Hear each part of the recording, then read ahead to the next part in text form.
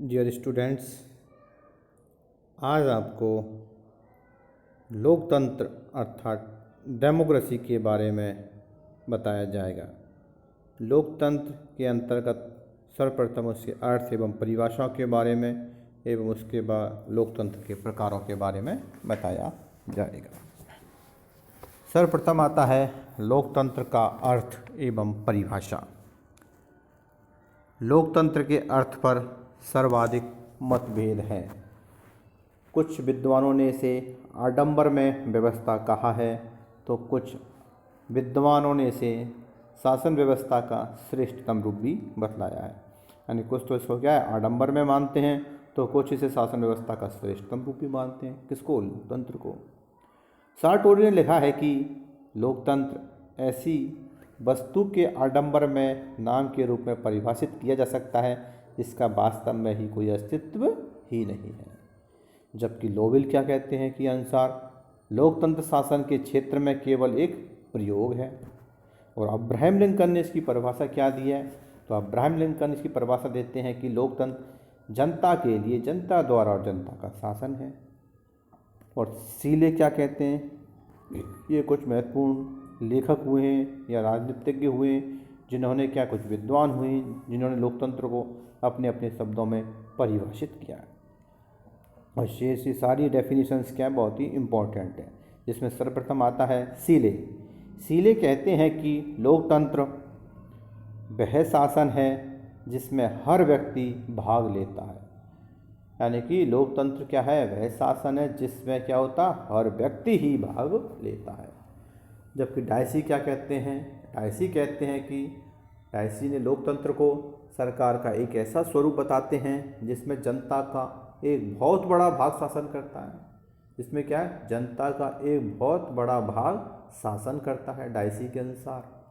और हर्नसा हुए हैं, उनके अनुसार क्या है, लोकतंत्र वह राज्य है जिसमें प्रभुत्व शक्ति समष्टि रूप में जनता के हाथ में रहती है, जिसमें जनता शासन संबंधी मामले पर अपना अंतिम निर्णय रखती है तथा यह निर्धारित करती है कि राज्य में किस प्रकार का शासन सूत्र स्थापित किया जाए। राज्य के प्रकार के रूप में लोकतंत्र की ही एक विधि नहीं है, अपितु वह सरकार की नियुक्ति करने, उस पर नियंत्रण रखने तथा उसे अपदस्थ करने की विधि भी है। लोकतंत्र को शासन एवं राज्य के रूप में क्या है, दर्शाया जाता है। लोकतंत्र एक सामाजिक व्यवस्था भी है। समाज के प्रकार के रूप में लोकतंत्र से उस समाज का ज्ञान होता है जिसके अंतर्गत प्रत्येक व्यक्ति का मूल्य व्यक्ति के रूप में होता है और जाति, रंग, धर्म, संपत्ति के भेद के बिना सभी व्यक्ति समान समझे जाते हैं। अब अगला आता है लोकतंत्र के प्रकार, यानी कि काइंड्स ऑफ डेमोक्रेसी, यानी कि लोकतंत्र कितने प्रकार का होता है। साधारणतया लोकतंत्र के दो प्रकार माने जाते हैं, अर्थात लोकतंत्र दो प्रकार का होता है। इसमें नंबर एक आता है प्रत्यक्ष लोकतंत्र और नंबर दूसरा आता है अप्रत्यक्ष लोकतंत्र। और सर्वप्रथम आता है आपका प्रत्यक्ष लोकतंत्र। प्रत्यक्ष लोकतंत्र का अत्यंत विशुद्ध स्वरूप वह होता है जिसमें जनता और सरकार में कोई अंतर नहीं होता है। यानी कहने का तात्पर्य यह है कि प्रत्यक्ष लोकतंत्र में क्या होता है, जनता और सरकार के बीच में कोई भी अंतर नहीं होता है, कोई भी भेद नहीं होता है। सरकार और जनता एक ही होती है, चाहे सरकार कह दो चाहे जनता कह दो, दोनों क्या होता है, एक ही होती है। यदि किसी महत्वपूर्ण समस्या पर निर्णय लेना होता है तो सारी जनता एकत्र होगी और निश्चित करेगी कि उसे क्या करना है। मान लो किसी भी महत्वपूर्ण समस्या पर अगर निर्णय लेना है तो सारी जनता क्या एकत्रित होती है और निश्चित करती है कि उसे क्या करना है। स्पष्टतया इस प्रणाली में जनता या निर्वाचक मंडल तथा व्यवस्थापिका में कोई पृथक्करण नहीं होता। अवसर उपस्थित होने पर समस्त जनता व्यवस्थापिका के रूप में कार्य करती है। यद्यपि यह लोकतंत्र का आदर्श स्वरूप है, तथापि यह स्वतः स्पष्ट है कि उन बड़े बड़े राष्ट्र राज्यों में जहाँ जहाँ नागरिकों की संख्या करोड़ों में होती है, इसका अस्तित्व भी संभव नहीं है। यानी जहाँ जनसंख्या बहुत अधिक होती है वहाँ क्या होता है, हर व्यक्ति को भाग लेना संभव नहीं होता है और वह सभी व्यक्ति के यहाँ अपनी राय भी नहीं रख पाती है।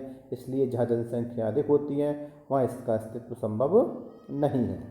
यह केवल नीचे के स्तर पर तथा नियंत्रण योग्य जनसंख्या में ही क्रियान्वित किया जा सकता है। जैसा कि वर्तमान में स्विट्जरलैंड के 5 कैंटनों में ही क्या है, प्रत्यक्ष लोकतंत्रात्मक शासन प्रणाली प्रचलित है। संपूर्ण जनसंख्या को प्रशासन में प्रत्यक्ष रूप से संबद्ध करने की 4 विधियाँ होती हैं। वो हैं जनमत संग्रह, आरंभक, प्रत्यावर्तन तथा लोक निर्णय। दूसरा लोकतंत्र का प्रकार आता है अप्रत्यक्ष या प्रतिनिधि मूलक लोकतंत्र। यानी अप्रत्यक्ष लोकतंत्र को हम प्रतिनिधि मूलक लोकतंत्र भी कहते हैं। प्रत्यक्ष लोकतंत्र सरकार का बड़ा ही आकर्षक स्वरूप है। वस्तुतः यह लोकतंत्र का आदर्श स्वरूप है। इसका कारण यह है कि इसके अंतर्गत जनता से निरंतर परामर्श लिया जाता है। वास्तव में जनता स्वयं ही सभी प्रकार के निर्णय लेती है, किंतु इसके बावजूद भी अधिकांश आधुनिक राष्ट्र राज्यों में प्रत्यक्ष लोकतंत्र का अस्तित्व असंभव नहीं है।